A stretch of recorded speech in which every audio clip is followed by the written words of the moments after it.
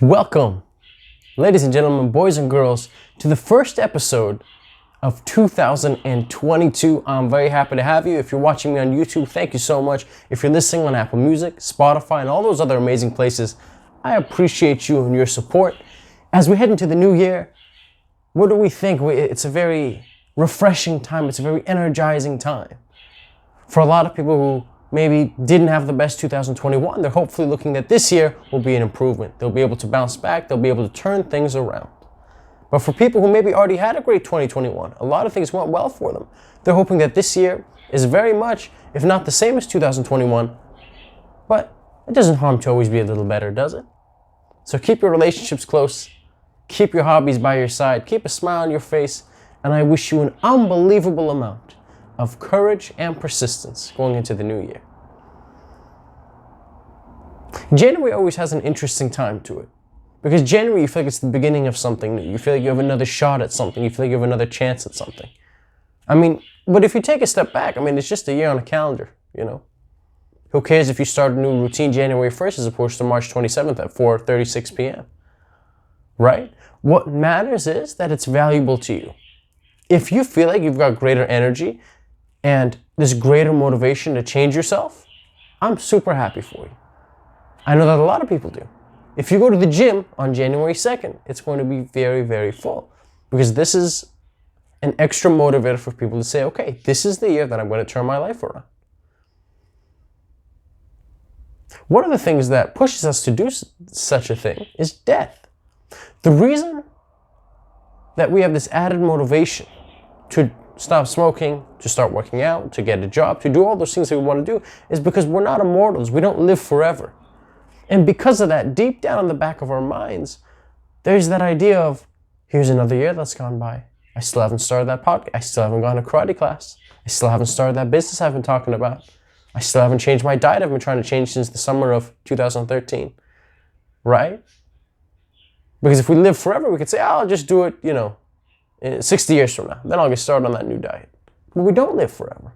So when every year passes, I think there's actually a beauty to it, right? You want the movie to be great because you know the movie's going to come to an end. And that's what, in my opinion, that's what makes it more beautiful, right? When we look at scarcity, when we look at something that we don't have it forever. So we want to do the best that we can with the amount of time that we have.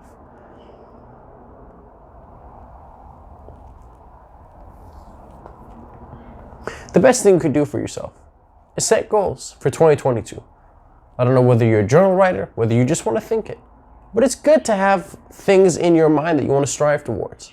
Because when the end of 2022 comes about, and it's December 31st, and then you go into 2023, you're going to go, what kind of a year was it? Was it okay? Was it good? Was it bad? Was it meh? And maybe you're going, well, Daniel, I don't need to categorize everything. Everything doesn't have to be this hierarchy of how great was it, how bad was it, put it into order, and that's fine. But speaking from someone who likes to look at their accomplishments, who likes to check things off and go, I did this year, or I didn't do this year, I'm a huge fan of setting goals. One of my biggest tips, if you're someone like me, if you enjoy setting goals and you want to do your best to achieve them, is make them specific. The last thing you want to do is make a goal like, I want to be stronger. Like, dude, what the hell does that mean? The problem is, let's say I say this year, I want to be stronger in 2022. When December of 31st of 2022 comes about, how do I measure that? How do I measure strength? Do I gain 1 pound of muscle? 5 pounds of muscle? Do I have to physically look bigger in the mirror? What does that look like? And if I do not identify the specificity of my goal right now, it is subject to interpretation in December. How will I know if I've succeeded in my goal if the criteria wasn't clear to begin with? Right? Maybe if I feel bad for myself, I'll make the criteria easier. And I'll say, well, look, I'm flexing a little bigger, so I guess I did become stronger. Or if you're a little harder on yourself, you do the opposite. You go, no, I didn't get bigger. I only gained 5 pounds of muscle. I should have gained 15. So whenever you're looking at a goal, specificity is your best friend. This is a great way to ask if your goal is specific or not. At the end of the day, is there a way that you can tell if you reached your goal or you did not reach your goal? I want to go to the gym once a week, every week, for the 52 to 54 weeks of the year. Let's say there's 54 weeks of the year. For 52 weeks, I want to go to the gym at least once a week. Now, what you've done is you go, well, how can I measure if I've done that? Well, the beauty of that is it's tangible. You can write it down, right? You can check that. There's a way to hold yourself accountable. It's measurable. Another one, let's say if you're saying, I want to lose weight this year. It's like, what does that mean? How much weight? You go, well, I want to lose 10 pounds. Okay, 10 pounds by when? Give yourself a timeline. By December? By July? You say, all right, well, I want to lose 10 pounds by March. By March 30th, I want to lose 10 pounds. So you've got all of January, all of February, all of March. So then you break it down even smaller. You go, well, if I want to lose 10 pounds, I have to approximately lose about 3 pounds a month. Then you break that down. Well, what does that look like in terms of my eating?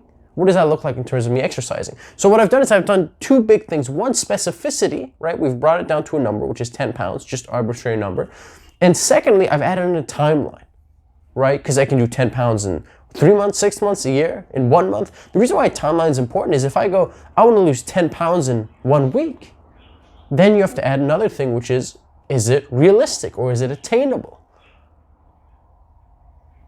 And if you're not this crazy athlete who isn't doing steroids or who doesn't have an extra fitness personal trainer, or you're not cutting crazy weight like those MMA guys, maybe that's not a good idea.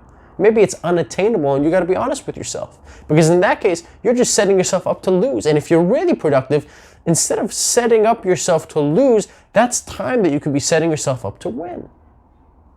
So yeah, sure, your goal is a little less ambitious, 10 pounds in 3 months as opposed to 10 pounds in 1 week, but it's actually doable. And it makes you feel better and it boosts your self-esteem. It makes you more motivated and you're going to be more likely to succeed on your next goal. So what have I just done? I've combined specificity with a timeline with realism. Those are three really big ones. Make it specific so it's obvious if you succeed or if you fail at it. Put a timeline so you know by when you have to do this thing so you don't just push it off. And finally, that timeline, you can take a step back and go, is this realistic? Is having 1 million followers by the end of January realistic? And when you do that, you've got a lot of extra motivation to go and get the job done or whatever you're going to do. Setting goals should be fun, despite what all those motivational self-help videos on YouTube and stuff. You gotta be, man, you gotta wake up at 6 a.m. You gotta want it. You gotta be, I don't care if you don't feel like. It depends. It depends on you. I can't tell you when to wake up in the morning. I can't tell you what goal you should or shouldn't do. That's for you to decide. You got to take a moment to prioritize the things in your life and go, okay, in 2021, if I could accomplish one thing, what would it be? And why? Only one. If I could only accomplish one thing, what would it be? Could be career related, could be health related, could be relationship related. Let me give you another example with relationships. I want to be in a relationship before the start of 2023. It's like, well, there's a timeline, which is nice. Right? Is it realistic? It's like, maybe, because how? Like what the specificity of it, what does that mean? Immediately you're going, well, Daniel, he wants to be in a relationship or she wants to be in a relationship, right? But how do you get to there? Do you remember with my workout one, how I broke it down even more? So I went from losing 10 pounds in 3 months to losing 3 pounds a month to looking at it like on a weekly basis, what your diet is and what your exercise routine is. That's kind of the same idea. So you can have the goal of, I want to be in a relationship in 2022, but then minimize it. You know, I mean, go even more in depth. Go, well, how does one end up in a relationship? Well, you got to meet people. You go, well, how am I going to meet people? I got to go out on dates, right? You go, okay, well, I'm going to go out on, let's say, 3 dates before the summer. From now until June, I'm going to go out on 3 dates. You go, well, how do you go on dates? You have to actually talk to people. So you're going to say, okay, I'm going to talk to at least 6 people by March, whether online or in person. So what I've done is I've taken that goal of being in a relationship and I've just really broken it down into simple steps, right? And this can actually help you out with the timeline a lot more. Because if you're saying, well, I would like to be in a relationship by the end of this year. It's like, well, by what time do I have to go on dates with people? Well, what time do I actually have to start talking to people, right? To go on dates with them to see if we're compatible to be in a relationship. So I find that the more specific you are when you have a timeline, it helps you identify if it's realistic or not. And that helps you break it down into small steps, making it very simple to follow. Now, simple does not mean easy. Don't get it mistaken. Simple just means straightforward. It's not complex, right? Someone says, how can you find yourself in a relationship? Well, you got to go on dates first. How can you go on dates? Well, you actually have to talk to another human being, right? You go, well, where are the human beings? Could be at your work, could be at the gym, could be in your classes, could be online, Tinder, Hinge, Bumble, whatever your cup of tea is. This is one thing I like doing a lot whenever I look at goals. I think of it as reverse engineering. I like working backwards. So I identify the outcome, because the outcome is the most important thing. The method is secondary. The outcome is the most important to me. And then as I work my way backwards, I can break it down to smaller and smaller steps. And that helps out with the timeline and the realism of it all. So this 2022, when you're setting goals, make sure to focus on specificity, make sure to focus on how realistic it is, and make sure to focus on timeline. Be careful. Sometimes people don't like to make specific goals. Why? Because they don't want to know if they fail or not. So let me just not make a goal, because then I can't fail, right? Let's say if you've been meaning to lose weight, but you don't even try this year, so you didn't fail. It's like, well, good for you, but you purposely didn't make a goal because you knew you weren't going to put in the effort. That's not saying you should shame yourself over it, but it's important to be self-aware. And another huge thing is you've got to really want it. Like, you've got to really, I know I sound like a self-help guru, but whatever the goal is in respects to relationship or school or work, you've got to really, really, really want this thing. If you're on the edge, I'd like this to happen, but if it doesn't really, the chances of you staying consistent are going to die down over time. The first few days, you're super packed. 2 weeks later, it's not the same. You don't feel as motivated anymore.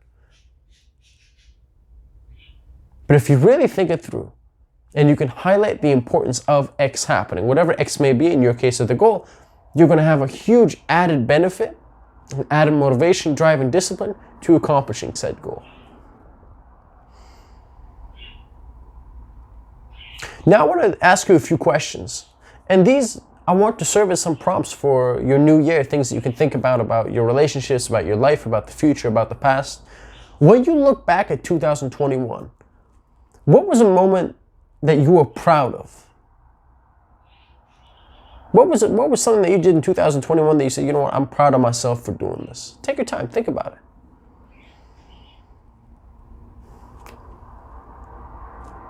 it. What was something that you wish you did in 2021 that you didn't do? Could be starting a hobby, a relationship, work-wise. What is something that you wished you did in 2021 that you did not do? Okay, following me? What if someone said, look, I can't tell you why, but if there's anything you wanted to do that you've been pushing off, this is the year to do it. In 2023, you will not get the same opportunities that you will in 2022. Make it worthwhile. If you have a wild opportunity that comes your way, business, relationship, really think about it, because these things aren't guaranteed to us in life. You might say, oh yeah, like I'll go do this like next year. Man, who knows? You find yourself in the summer getting hit by a bus, and that's that. Not to turn it real dark all of a sudden, but you understand what I mean. Things could change in an instant. If you could accomplish one thing this year in 2022, what would it be? Are there any relationships that you've been neglecting? Are there any people in your life who you feel like they've been good to you, but for whatever reason, you just haven't talked to them as much that you've liked to, whether due to COVID or due to other circumstances? Does that mean you can't FaceTime? Does that mean you can't give them a call and say, hey, I just wanted to hear your voice? Or maybe text them, ask them how they're doing, how their family is doing. Are there any relationships that you've been neglecting, that you've pushed to the back burner, that you haven't prioritized, that you feel like maybe you should? How is your health doing? How are you sleeping? How are you eating? How is your exercise routine? Are you being as kind to your body as you should be? When you look in the mirror, what do you think? If the answer is, I'm not perfect yet, it's like, well, don't worry, because you'll never be. And I would argue you shouldn't be, because you're a human being. And when I say the look in the mirror part, be careful. I'm not saying what does society think. I'm not saying what does Chris Evans look like or what does Beyonce look like. I'm saying, what do you think about you? How do you feel with the current nutrition that you take? Are you getting your protein, your fats, your carbohydrates? Are you getting your vitamins? When it's colder out and we don't receive as much sun, where do you get your vitamin D from? Do you take like vitamin pills? How do you feel during the day? Do you feel groggy? Why is that? What is a habit that you want to let go of that you've been holding on to in 2021? What's a habit that you want to start in 2022? Is it going on your phone first thing in the morning? Biting your nails? Whatever it may be. The saying is, ignorance is bliss. And we see that a lot. A lot of people have problems, they have bad habits, they have things that they know they should be doing but they don't do. But if you don't think about it, it doesn't exist, right? The monster doesn't exist if you can't see it, so just hide under the covers.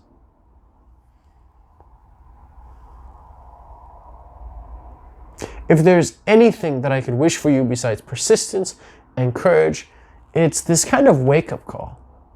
I want to just shake you and have you reflect on your life and who you are and just go, dude, look, a lot of things happened to you that were out of your control. Your environment, what your parents did, what your partner did to you. Some things were literally not in your control, and I hope you don't blame yourself for things that were out of your hands. But there's a lot of things that are in your control. If you had a tough year, if you were angry and you were frustrated, you were pissed off, what did you do with said anger?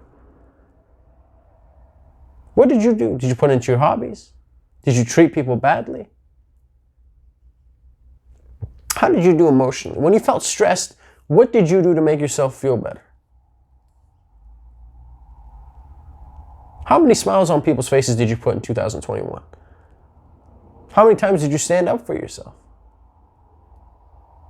How many things did you do that you were not proud of? That you would not repeat with your chest out and your shoulders back? There's nothing wrong with not accomplishing a goal. There's nothing wrong with not even setting big goals or having huge standards, but it's important to be aware. I don't want life to pass you by. And all of a sudden it's 2032 and you're going, dude, what the hell? How did I get here? I want you to be awake. I want you to see it. I want you to be conscious. I want you to live life with an intention. Whatever you do in life, just have an intent. Be awake. See everything that's going on around you. One can of Coke a day doesn't matter if you're talking about 3 or 4 days. It's when it's accumulated over 5, 6, 7 years, now we've got a problem. There's a book I'd recommend, The Power of Habit. There's also another one I've heard good things about, Atomic Habits. Habits shape our lives. And what you end up doing regularly every single day for 5, 10, 15 years is going to shape you. Let's say in 2022, you started boxing. 2 hours a week. That's reasonable. I don't care if you're a lawyer. I don't care if you're like a front desk secretary somewhere. You can fit in 2 hours somewhere. 2 hours a week. That's 8 hours a month. Now take that, multiply it by 3 years, 5 years, 10 years, 15 years, and all of a sudden you can become an expert at something. But look, forget boxing, forget the hobby. Let's say you wanted to focus on relationships. And you took 5 minutes every week to sit down and go, did I express my gratitude to all the people in my life that I should? My parents, my spouse, my kids, my friends. If not, why not? And you might say, well, I didn't have time. It's like, okay, well, recognize what you're saying. Why did you not? Because I was working. You're saying your work's more important than your family when it comes down to it? You didn't have 5 minutes to send a message and go, hey, I'm thinking about you. I hope you're doing well. Think about it. In 2022, I hope that you try things you've never tried before. I hope you double down on things that you feel confident on. I hope that you find yourself in uncomfortable situations and you come out of it thinking, wow, that wasn't so bad after all. I am rooting for you. If you're listening to this, I want you to know that I am rooting for you. I hope you get anything that you put effort into. It will be hard. I do not guarantee success, but I will guarantee you this. When you lay in bed at night and you know that you've set a goal, you know you've tried, you know you've attempted, when it's all said and done, you close your eyes and you go, I gave it my all. And sincerely, from the beginning of my heart, from the very bottom, I believe the outcome almost becomes irrelevant. And what becomes more relevant is that you gave your all on this thing that you cared about. And if you get the outcome you want, great. And if the outcome isn't what you want, you still improved stratospherically. Like you hit stratospheric heights in your improvement. It's like the guy who goes to the Olympics and gets silver and goes, man, dude, this sucks. Like, dude, you won silver. I know you didn't win gold, but dude, you weren't even wrestling 5 years ago. You weren't even on the Olympics, the last time. And now you just go, so sometimes what happens is even though we don't hit our goal, let's say I'm in a class, I aim to hit 99%. I don't hit my goal, but I come out of it with a 96%. I'm going, holy smokes. Even though I didn't hit that goal, look at how much better I got. Look at how much better I did. And if for you, that isn't a silver, that isn't a bronze, it's way lower, you still have to pat yourself on the back for trying. And be careful, that's not a participation trophy. That's me saying, hey, your effort does not go unnoticed. Now let's take a step back. Let's look at what worked and what didn't work, and let's try again. Courage, persistence, and patience. I hope you try things that scare you. I hope that not if, but when you fail them, you try again and again and again. And I hope you have the patience to see it through. Because maybe you don't get that six-pack in the next 3 months. Maybe not in the next 5 months. But at some point down the line, you will get what you've been hoping for. And when you do, I want you to remember, you deserve every single part of it. Thank you very much for listening. This has been another episode. I wish you an incredible rest of your 2021. You'll hear from me again next week. Take care, stick close to your loved ones, and stay safe. Bye-bye.